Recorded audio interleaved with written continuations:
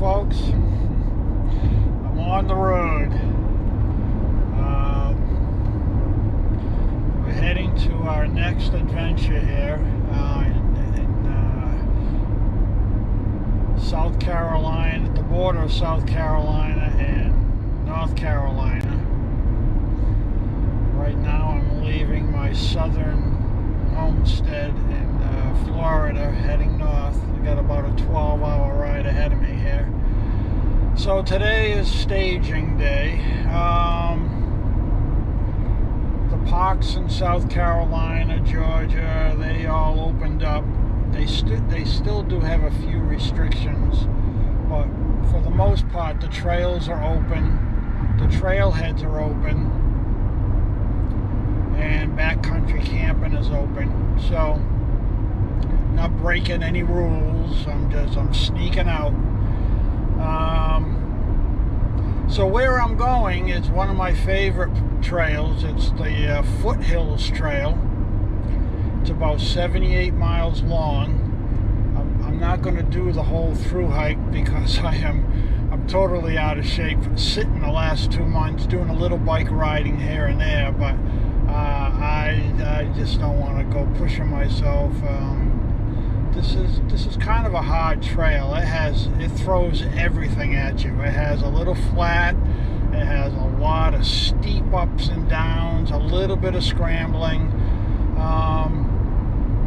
So we're going to do 40 miles. I have a shuttle. My shuttle guy I've been using over the years he's running shuttles. He's going to take me to the halfway point at a trailhead, which I'll take a spur trail, which is almost 6 miles long, 5.5 miles or so, down to the Foothills Trail. So there'll be a little bit of, I won't be on the Foothills Trail when I first start off. And then I'm going to head east to where my car will be parked at the state park. Now, the eastern end of this trail is Table Rock State Park. It opens right now. The rules are it opens at 9 a.m. They're only allowing 100 vehicles, and then per day, and then they're shutting the park. So this is the middle of the week. I don't anticipate any problems. But they don't open the park till 9 a.m. though. They actually put a gate up. You used to be able to drive in there at any hour, but now it's locked. So my shuttle driver, because I've worked with him over the years, he's only 20 minutes south of the park, so he's gonna let me sleep in my vehicle in his driveway, which is awesome of him.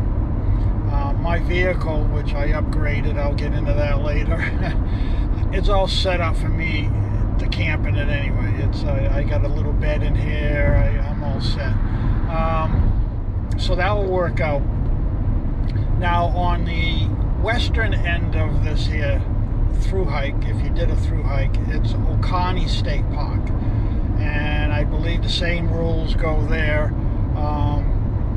You can leave your car at a designated in the park at the designated trailhead, but I'm not going to go all the way to that end on this particular trip. So that's my plan. We're going to do 40 miles, roughly 4 days. I thought it was going to be nice weather, so I packed my summer gear with 4 days of food, electronics, hammock gear, everything. I came in at 31 pounds. I'm using my ULA Ohms .2, which is my smallest and lightest backpack. It's my summer backpack. But this morning before I left, I watched the weather, and this is May 5th. Evidently there's a Arctic vortex dropping down into the mid-Atlantic. I can't believe this. Lows are going to be down in the 30s. Possible snow from northern Virginia up through Pennsylvania into New England, several inches. Hopefully I won't be in the snow. This is going to happen Friday, but I will be, it looks like Friday I'm going to be hiking in rain all day. So I had to, at the last minute, throw in another thermal top, and I had to throw in my neoprene gloves, the light neoprenes, not my midwinter ones, just because it's gonna, I have a feeling I may be cold and damp. So I had to do a little bit of last minute. No, I didn't even repack it. I just threw it in the back seat of the vehicle here. I'll do it later tonight. So that's going to make it interesting. This is going to be an interesting trip. It's going to have weather-wise, the temperatures during the day should be, from what I can gather, 60s to low 70s. But towards the end of the week, we got this cold front coming through with a northeast low heading up in that direction. So it should be interesting. I'll get back to you later. I'll get out the map. I'll show you on the map what my plan is and where I plan on camping. But this is a beautiful trail. I usually hit this trail once a year. I hit this trail, usually in the spring. It's my spring warm-up area. So talk to you later. Okay. Alright, so let me get into my new ride here.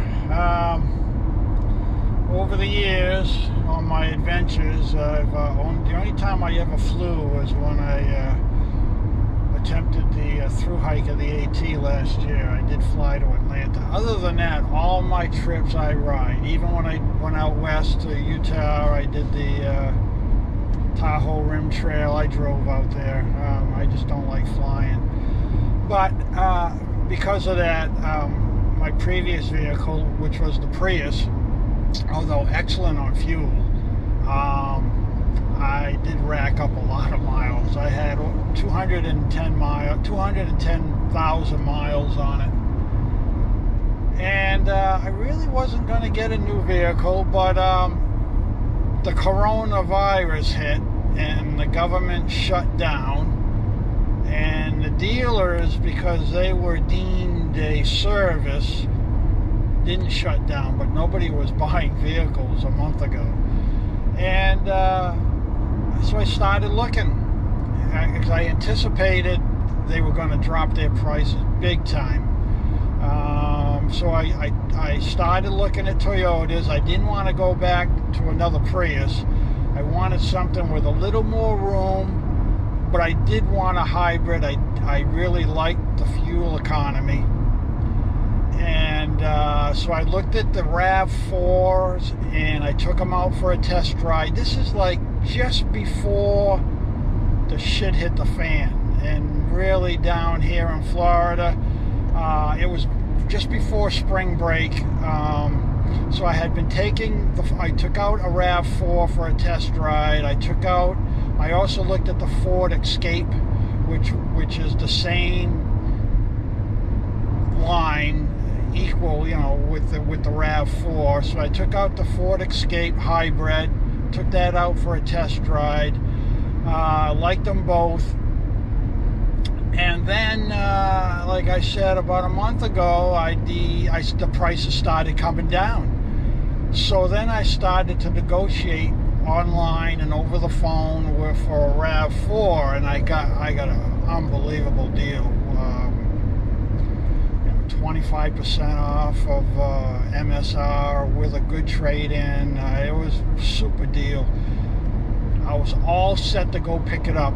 I went down to the dealer to finalize it, and they wanted to see my trade. They wanted to see what I was trading in. They wanted to physically see it so they could put a value on it.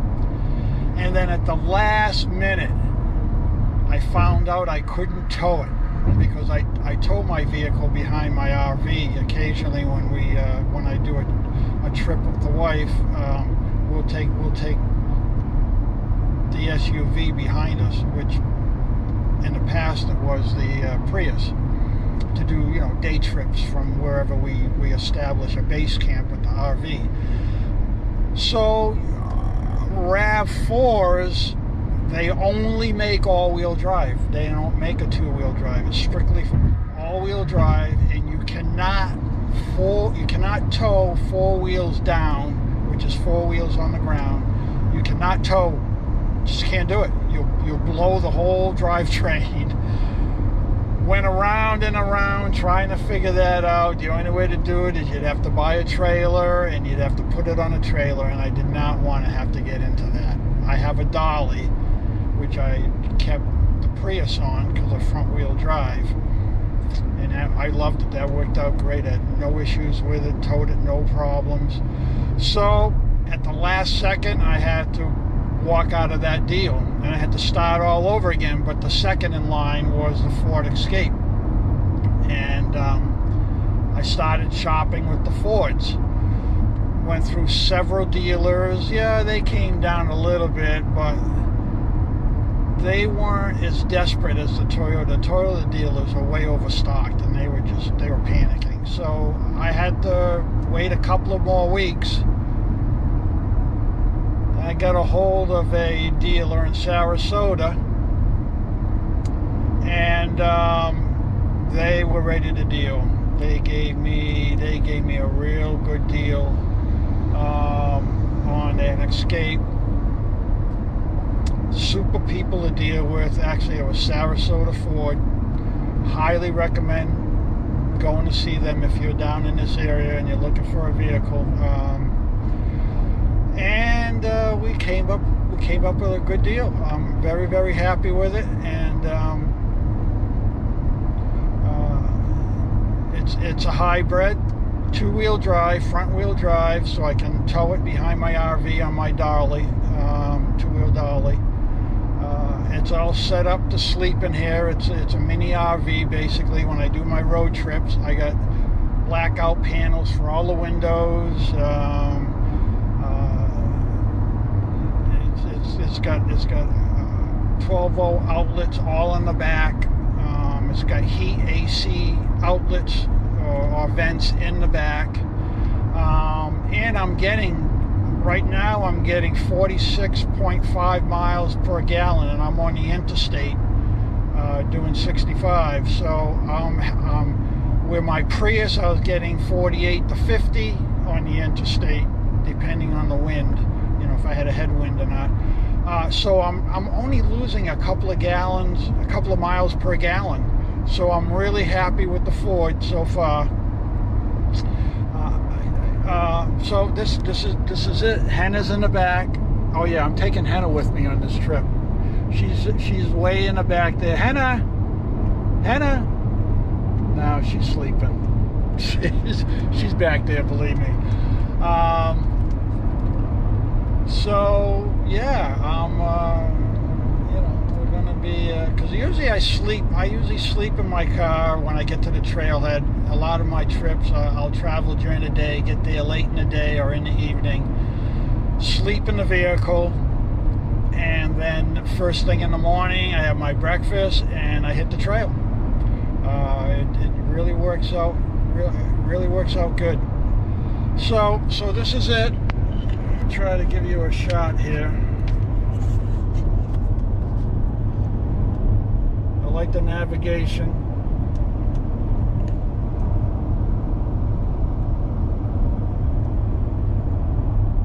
We've come a long way. I've owned a lot of Fords through my life,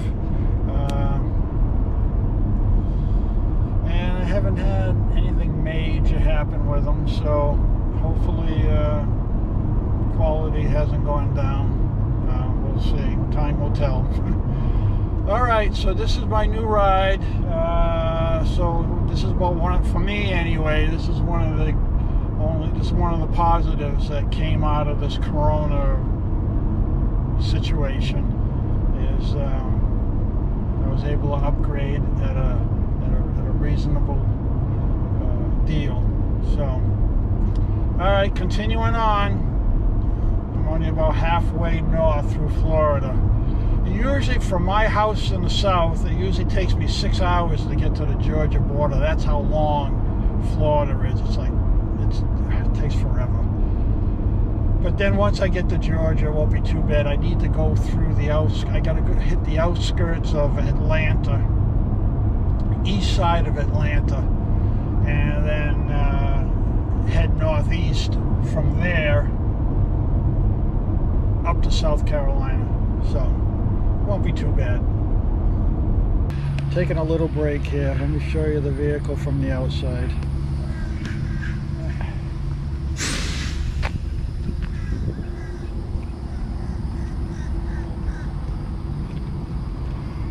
Yeah, I went white on this one. Oh gee, the love bugs are out. The only problem down south, bugs. Yeah, pretty happy.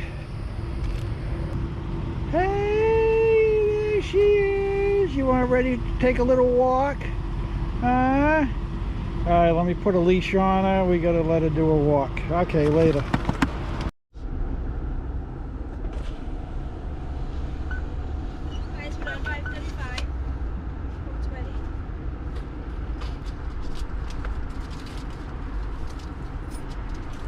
Thank you. Okay, yep. Okay, gotta love drive up. Not going in anywhere, that's for sure. Alright. Picking up my lunch and dinner from Subway.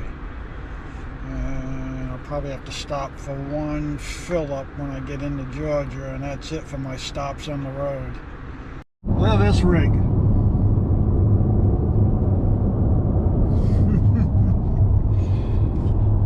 An old, I look like a Chevy. That looked pretty cool. And towing his bike behind him, heading north.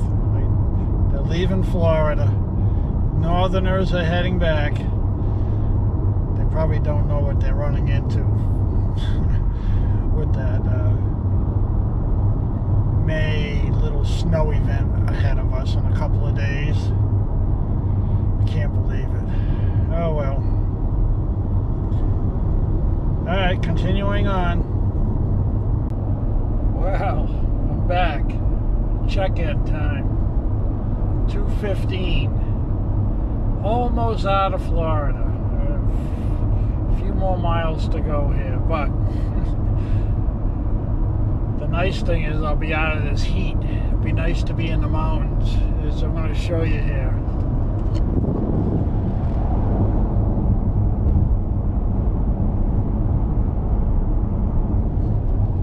Yeah, 91 degrees here. Oh, it'll be so nice. But I'll probably be regretting it come Friday when the temperatures drop.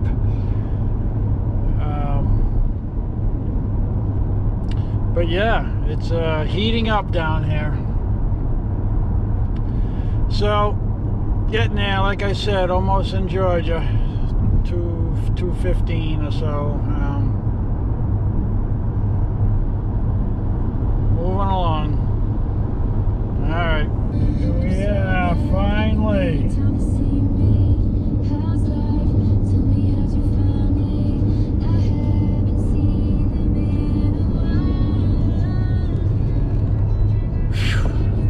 Man, Florida is long.